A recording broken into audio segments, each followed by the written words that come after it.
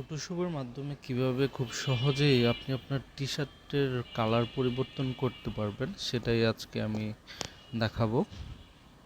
তো প্রথমে Photoshop open করে একটা ছবি ওপেন করে নিলাম। তারপর এই টি-শার্টটাকে প্রথমে ভালোভাবে সিলেক্ট করে নিতে হবে। পেন টুল দিয়ে সিলেক্ট করলে খুব ভালোভাবে পারফেক্টলি সিলেক্ট করা যায়, তবে আমি যেহেতু দেখাবো তাই আমি তাড়াতাড়ি সিলেক্ট করার জন্য এই টুলটা দিয়ে সিলেক্ট করে নিলাম।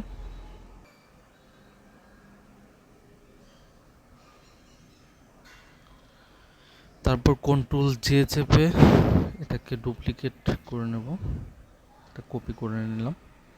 তারপর ইমেজে অ্যাডজাস্টমেন্ট, তারপরে ডিস্যাচুরেট করে নেব।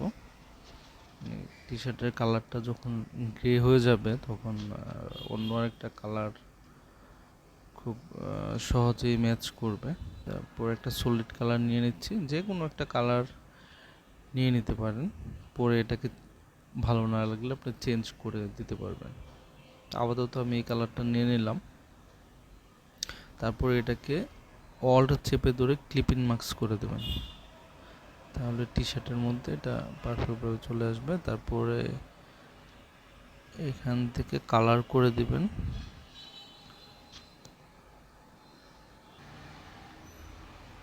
তারপর লেভেলটা একটু বাড়িয়ে কমিয়ে অ্যাডজাস্ট করে নেবেন, তাহলে খুব পারফেক্ট দেখা যাবে।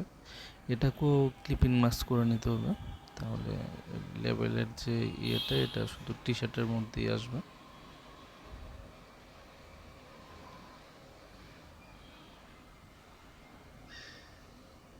তারপরে হিউ অ্যান্ড স্যাচুরেশনটা নিলে যে কোনো আপনার পছন্দের মতো যে কোনো একটা কালার করে নিতে পারবেন। এটা বাড়িয়ে কমিয়ে নেবেন, যে কালারটা খুব সহজেই কিন্তু চেঞ্জ করে ফেললাম। এভাবেই খুব সহজেই সুন্দরভাবে টি শার্টের কালার চেঞ্জ করা যায়।